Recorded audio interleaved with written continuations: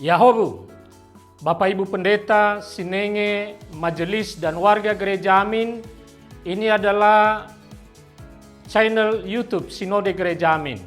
Karena itu, bagi yang mencintai Gereja Amin, tontonlah, subscribe, like, dan bagikan. Gereja Amin yang tangguh, mandiri, dan peduli. Tuhan Yesus memberkati.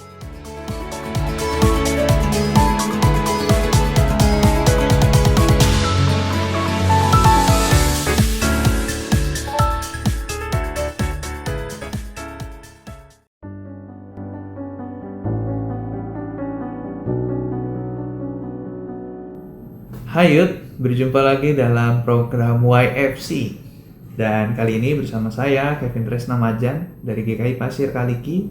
Kita akan sama-sama merenungkan sebagian dari firman Tuhan yang dipandu oleh naskah perenungan yang ditulis Pendeta Budiman dari GKI Bandar Lampung dengan judul Membicarakan tentang Kematian, berdasarkan bacaan Alkitab dari Mazmur pasal 39. Namun sebelumnya, mari terlebih dahulu kita menyiapkan hati dalam doa. Ya Tuhan, kami bersyukur atas kehidupan kami sampai dengan saat ini, di mana di dalamnya kami mengalami suka duka yang silih berganti. Kami menyadari meskipun tidak selalu suka, ada dukanya juga. Tapi semua itu datang bergantian dan itu adalah anugerah tersendiri buat kami karena daripadanya kami dapat belajar tentang makna-makna kehidupan ini. Dan pada saat ini kami pun mau belajar firman Tuhan, belajar apa yang Tuhan kehendaki dalam kehidupan kami. Kiranya dalam waktu yang singkat ini Tuhan membimbing dan menolong kami untuk memahami, menyentuh setiap kami, bahkan menggerakkan kami untuk melakukan firman itu dalam hidup kami masing-masing. Tolong dan sertailah kami ya Tuhan, kami memohon demi Kristus Yesus. Amin. Yang jadi pusat perenungan kita adalah Mazmur pasal 39 ayat 5 yang berkata begini. Ya Tuhan, beritahukanlah kepadaku ajalku dan apa batas umurku, supaya aku menyadari betapa fananya aku. Henry Nouwen mengatakan bahwa memahami kematian adalah inti dari kehidupan. Melalui proses ini kita belajar menghargai keindahan hidup tanpa melekat padanya seolah-olah itu kekal. Setiap momen dalam hidup, baik suka maupun duka, adalah bagian dari proses mengenal kematian yang menolong kita untuk menemukan makna yang lebih dalam dari kehidupan itu sendiri. Mazmur pasal 39 ini mau mengajak kita untuk merenungkan makna kematian. Daud dalam kesederhanaan dan kebijaksanaannya memahami bahwa hidup manusia itu begitu singkat dan gak berarti di hadapan kemuliaan Tuhan yang kekal. Dalam refleksinya Daud mengatakan bahwa kita semua hanyalah tamu sementara di dunia ini, bagaikan bayangan yang cepat berlalu. Tapi bukannya Daud justru jadi putus asa, bukannya kesadaran itu makin bikin dia jadi hopeless.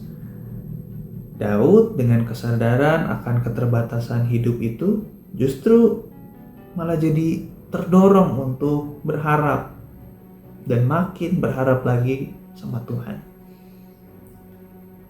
Dalam kehidupan ini kita seringkali menghindari pembicaraan tentang kematian karena merasa ini bukan pembicaraan atau topik yang nyaman untuk diobrolkan.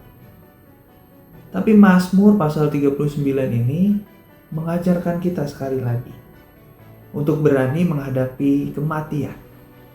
Dengan memahami keterbatasan hidup ini, kita dapat menghargai setiap momen-momen dengan lebih baik.